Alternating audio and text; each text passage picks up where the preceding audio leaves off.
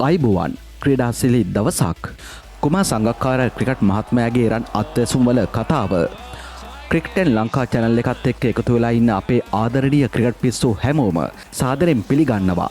අද අපි මේ කතා කරන්න යන්නේ අපේ රටේ හැමෝම හදවතේ ගැඹුරම තැනින් ආදරය කරන ක්‍රිකට් මහත්මයා අපේ කුමා සංගක්කාර ගැනයි. ඇත්තටම සංගක්කාර කියන්නේ නිකම් ක්‍රීඩකයෙක් නෙවෙයි.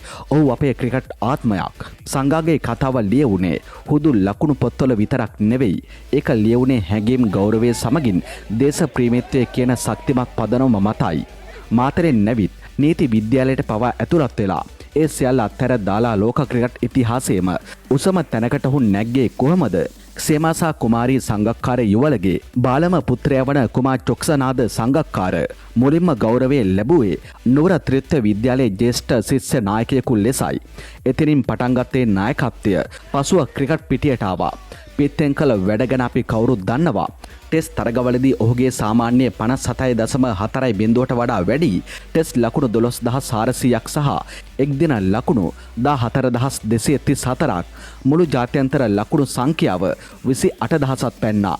ඔහු ගැසූ දිත්ත සතක 11 ගැන කතා කරන්නේ ඩොන් බ්‍රැඩ්මන්ට පමණක් දෙවෙනි වන ක්‍රීඩකයෙක් ගැනයි. ලෝක කුසලාන ඉතිහාසයේ පිට සතක 4ක් ගැසූ එකම ක්‍රීඩකයා සංගක්කාරයි. ඒත් අපි අද කතා කරන්න යන්නේ ඔහු පිටෙන් කළ මැජික් ගැන විතරක් නෙවෙයි. අපි කතා කරන්න යන්නේ ඔහු විකට් එක පිටිපස්සේ ඉඳලා කරපු නිහඬ සටන ගැනයි. මුළු තරගයේ පුරාම උකුසු ඇසෙන් අවධානයෙන් ඉඳලා විදුලිය වගේ වේගෙන් පන්දුව අල්ලනේ රන් අත්වැසුම ගැනයි. ඔහු එක්දින තරගවලදී වැඩිම දබා ගැනීම සහ වැඩිම ස්ටම්ප්ස් කිරීම වාර්තාවට අදටත් හිමිකම් කියනවා. අද අපි එකින් එකට මතක් කරමු අපේ හදවත් මොහොතකට නැවතුණු ඔහු විකට් එක පිටිපස්සේ ඉඳලා කරපු ඒ අමරණීය දස්කම් 10 මොනවාද කියලා. මේක නිකම්ම දෙවියම් නෙවෙයි. මේක ආදරය සහ විශ්වාසයේ කතාවක්. අහගෙන ඉන්න. සංගාගේ දැල්වෙන අත්වලින් කියවුණු මායාකාර කතාන්දර 10ක්. අංක 1.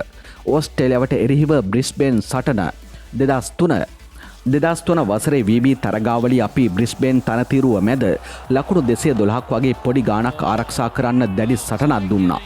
ඒ වෙලාවේ ඕස්ට්‍රේලියා ලකුණු සංඛ්‍යාව 76ක් ලෙස සටහන් වුණා. අපේ මුරලි පන්දු යවනවා. කඩුල්ලේ හිටියේ ආරම්භක පිතිකරු ජිම් මේයර්ස්. ඔහු ලකුණු 30ක් ගහලා හිටියේ. මුරලිගේ පන්දුව තියුණු කැරකෙවිල්ලක් එක්ක පිට මගහැරී ගියේ වමට හොඳටම පිටින්. ඒ සංගායාගේ අත්ග්ලව්ස් වලට ඒක ප්‍රශ්නයක් වුණේ නැහැ. එයා විශ්වාස කළ නොහැකි විදිහට වමට පැනලා එහෙමම පන්දුව අල්ලලා මිලි තප්පරයකින් බේල්ස් ඉවත් කළා.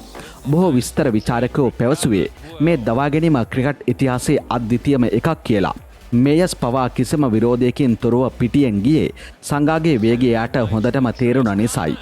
ඒ දැවියමෙන් අපේ කණ්ඩායමට ආවේ අමුතුම විශ්වාසයක්. අංක 2. බ්‍රයන් ලාරාව දවා ගැනීම 2007 ලෝක කුසලානය වීරයාට දුන් ගෞරවය. මේ සිදුවීම සංගාගේ හදවතරම දැනුණු ඉතාමත්ම සුවිශේෂී එකක්. ඒ 2007 ලෝක කුසලානය අපි 304ක් රැස් කරලා බටහිර ඉන්දිය කොදව්වන්ට එරෙහිව සටන් කළා. එදා අපේ චමින්ද වාස් සුපුරුදු ලෙසින් නියම ඉලක්කයට පන්දු යවමින් සිටියා. කඩුල්ලේ හිටියේ සංගාගේ වීරයා වන බ්‍රයන් ලාරා. ලාරා ඒ වෙලාවේ ගහලා තිබුණේ ලකුණු 2ක් විතරයි. වාස්ගේ වේගවත් පන්දුවක් ලාරාගේ පිත්ත මග හැරී ගියා.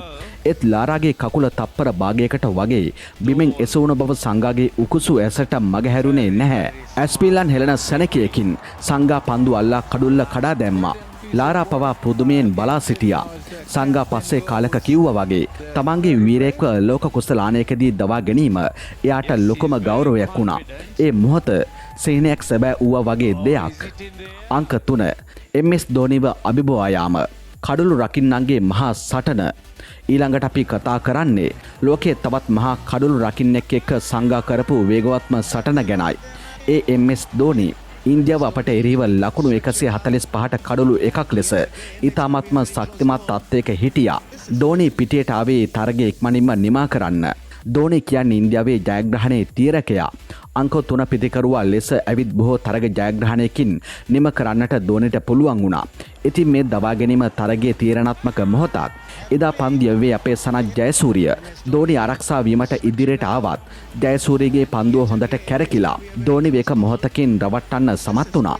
ධෝනිගේ අති වේගවත් ප්‍රතික්‍රියාවටත් වඩා සංගාගේ අත්වල වේගය වැඩි වුණා. සංගා පන්දු අල්ලලා කඩුල්ල කැඩුවේ එක ශ්‍රේෂ්ඨ කඩුළු රකින්නෙක් තව කෙනෙක් අභිබවා ගිය මොහොත සනිටුවන් කරමින් ඒක ලංකාවට ආපහු තරගයට එන්න ලැබුණ විශාල බලාපොරොත්තුවක් වුණා.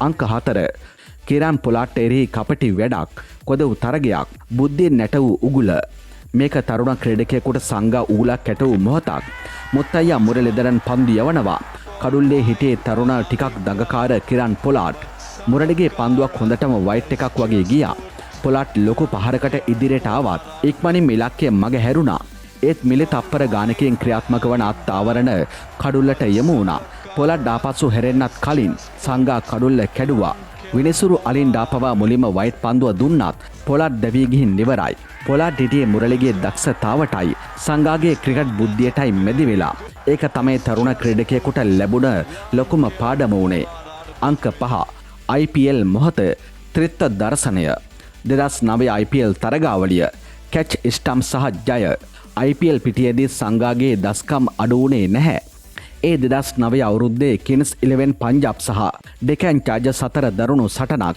යුවරාජ් සිං පන්දු යවනවා කඩුල්ලේ හිටියේ ඕස්ට්‍රේලියා යෝධයා ඇන්ඩ්‍රු සීමන්ස් පහරක් කෙල්ල කළා පන්දුව පිත්තේ අවසාන දාරේ වැදිලා බිම වැදිලා උඩට පනිනවා සංගා ඒ පන්දුව අල්ලගත්තා වගේම ඒ වේගෙම කඩුල්ලත් කැඩුවා ඒක එකම මොහොතකදී ස්ටම්ප්ස් එකකුයි කැච් එකකුයි සම්පූර්ණ කළ ඇත්තටම ත්‍රිත්ව දර්ශනයක් වගේ දෙයක් ඒ මොහොතේ පංජාබ් කණ්ඩායම එක ලකුණකින් තරගයේ දිනාගත්තේ සංගාගේ විශිෂ්ට දක්ෂතාවයේ නිසායි. අංක 6 IPL වේගවත්ම දැවී යාම 2010 සල්ලේ කර්මයක නිර්වද්‍යතාවය තවත් IPL තරගයකදී සංගාගේ වේගය ගැන කතා කළ යුතුමයි. ඒ 2010 වසරේ කින්ස් 11 පංජාබ් සහ චෙන්නයි සුපර් කින්ස් අතර තරගය චෙන්නයි කණ්ඩායම ලකුණු 193ක් පන්නන්න සටන් කළා. රමේෂ් පවර පන්දු යවන විට චෙන්නයි කණ්ඩායමේ මුරලි විජේ ඉදිරියට ඇවිත් පහර දෙන්න උත්සාහ කළා. නමුත් සංගාගේ අත් යුගලයක නැවතුවා. විජේගේ පාදයේ ආපස්සට ගැනීමට මිලි තප්පරයකටත් වඩා ඉඩක් දුන්නේ නැහැ. ඔහු කඩුල්ල කැඩුවේ සල්ලේ කර්මයක නිර්වද්‍යතාවයෙන් වගේ. ඒ දැවී යම ඔවුන්ගේ පරාජයකදී වුණත් සංගාගේ විශිෂ්ටත්වය ලෝකෙටම පෙන්නුවා. අංක 7 2016 CPL අවසන් මහා තරගය ලෝක පිටියේ මැජික් එක ජාත්‍යන්තර පිටියේ නයින් වුණාට සංගාගේ මැජික් එක නැවතුනේ නැහැ. 2016 කැරිබියන් ප්‍රීමියර් ලීග් තරගාවලිය අවසන් මහා තරගය ජමේකා තලවස් කණ්ඩායම වෙනුවෙන් ඔහු කඩුල්ල පිටිපස්සේ හිටියා. ඉමාඩ් වසීම්ගේ පන්දුවකට ගයානා එමර්සන් වොරියර්ස් කණ්ඩායමේ නායක රයාට් එමිරේට් මොහොන දුන්නේ පළමු පන්දුවටයි. එමිරේට් ඉදිරියට ආවත් පන්දුව කැරකී යනවා.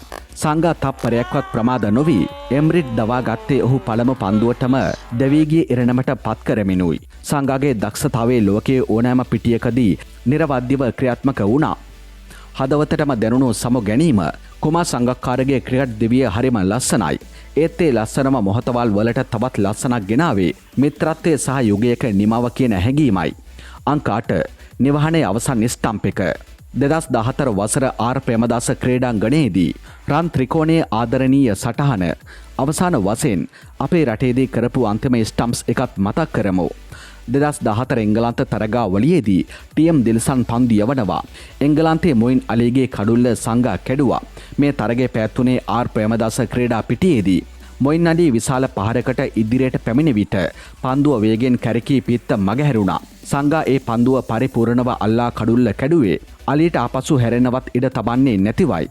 ඒක තමයි සංගාගේ 97 වන එක්දින ස්ටම්ප් එක සහ අපේ රටේදී තිබූ ආදරණීය අවසන් සටහන. මේ මොහොතේ පිටියේ හිටියේ දිල්සන් පන්දු යවමින් සංගා කඩුළු රකින්නා මහේල ස්ලිප් අපේ රන් ත්‍රිකෝණයේ එකතු වෙලා කරපු ඒ වැඩේ. අංක 9 මහේලගේ පන්දුවෙන් නිම වූ යුගය 2014 වසරේදී ආර් ප්‍රේමදාස ක්‍රීඩාංගණය මිත්‍රත්වයේ අවසන් දැවී යාම. මේකත් 2014 එංගලන්ත තරගාවලියේදීම අන්තිම එක්දින තරගයේ සිද්ධියක්. ඒක සංගා සහ මහේල අපේ රටේදී ගැසූ අවසන් එක්දින තරගයයි. තරගයේ අවසන් මොහොතේදී නායක ඇන්ජලෝ මැතිව්ස් හරිම ගෞරවයෙන් පන්දුව දුන්නේ මහේල ජයවර්ධනට. මහේල පන්දු යවනවා. එංගලන්තයේ ජේම්ස් ටෙන්වේල් පහරකට ඉදිරියට ආවත් පන්දුව මග හැරෙනවත් එක්කම සංගා වේගයෙන් කඩුල්ල කඩනවා. ඒක ජයග්‍රහණ මුද්‍රාව තිබූ මොහොතක්. අවුරුදු ගානක මිත්‍රත්වයේ ඒ සංකේතාත්මක සමුගැනීම කවදාවත් අමතක කරන්න බැහැ. අමතක වෙන්නේ නැහැ. මිතුරන් දෙදෙනෙක් ක්‍රිකට් ජීවිතයේ අවසන් දැවී යාම සටහන් කරපු අපූර්ව දර්ශනයක්. අංක 10 අවසන් ජාත්‍යන්තර ස්ටම්ප්ස් එක SCG 2015 යුගයක නිමාව අන්තිමට හදවතටම දැනුණු ඒ අවසන් මොහොත ඒ 2015 ලෝක කුසලානය සිඩ්නි ක්‍රිකට් පිටියේ ඕස්ට්‍රේලියාව සමගින් සටන් කළ මොහොතයි. ඒක සංගා පිට සතක 4ක් ගැසූ තරගා වඩියයි. තරගේ 8 වන පන්දු වාරයේදී අපේ සෙකුගේ ප්‍රසන්න පන්දු යවනවා. ඕස්ට්‍රේලියාවේ ආරම්භක ප්‍රතිකරු ඒරන් පින්ච් ඉදිරියට ආවත් පන්දුව වේගෙන් කැරකී පිත්ත මගහරිනවා. සංගා තප්පරයක්වත් ප්‍රමාද නොවී කඩුල්ල කැඩුවා. ඒක සංගක්කර දවාගත් අන්තිම දවා ගැනීම ලෙස සටහන් වුණා. ඒ මොහොත ඒ දැවී යාම ඒක හුදෙක් වාර්තාවක් නෙවෙයි. ඒක ක්‍රිකට් මහත්මයාගේ යුගයක නිමාව. අපේ හදවතේ මහත්මා ගුණ සපරේ ශ්‍රේෂ්ඨත්වයේ ප්‍රතිමූර්තිය. ඉතින් මේ කතා 10 ඇහුවාම අපට දැනෙන්නේ කුමාර් සංගක්කාර කියන්නේ නිකම්ම ප්‍රතිකරුවෙක් විතරක් නෙවෙයි. ඔහු සර් ගාපිල් සොබර් සම්මානය ICC හොඳම ටෙස්ට් ක්‍රීඩකයාගේ සම්මානය ලැබූ කෙනෙක්. එයා MCC පළමු බ්‍රිතාන්‍යයේ නොවන සභාපති වුණා. ඒ කියන්නේ එයා ක්‍රීඩාව කියන දේටම ගෞරවය ගෙනාපු පරිපූර්ණ ක්‍රිකට් ක්‍රීඩකයෙක්. එයාගේ සංසුන්කම වේගය සමගින් ක්‍රිකට් බුද්ධිය මේ හැමදේම එකට එකතු වෙලා තමයි ලෝකයේ මෙච්චර ආදරය කරන ක්‍රිකට් මහත්මයා බිහි කළේ. ඔහු පිටෙන් කරන දේ වගේම අත්වැසුම් වලින් කරන දේත් විශිෂ්ට වුණා. ඔහු අපේ ජාතියේ ආඩම්බරය වුණා. මේ කතා අතරින් ඔබේ හදවතටම දැනුණු සංගක්කාරගේ ස්ටම්ප්ස් එක මොකක්ද? පහලෙන් කමෙන්ට් කරන්න අමතක කරන්න එපා. අපි ඔබේ මතකයන් දැනගන්න කැමතියි. තවත් මේ වගේ ඇදහිය නොහැකි ක්‍රිකට් මතක ඉතිහාස කතා සහ සුවිශේෂී සිදුවීම් ගැන දැනගන්න ක්‍රිකට් ලංකා අපිව සබ්ස්ක්‍රයිබ් කරන්න. දිනපතා ක්‍රිකට් අප්ඩේට්ස් දැනගන්න අපේ ප්‍රධාන නාලිකාව වන ක්‍රිකට් ලෝකයා සමගත් එකතු වන්න. අපි ඊළඟ වීඩියෝවෙන් අලුත් කතාවකින් හම්බ වෙමු.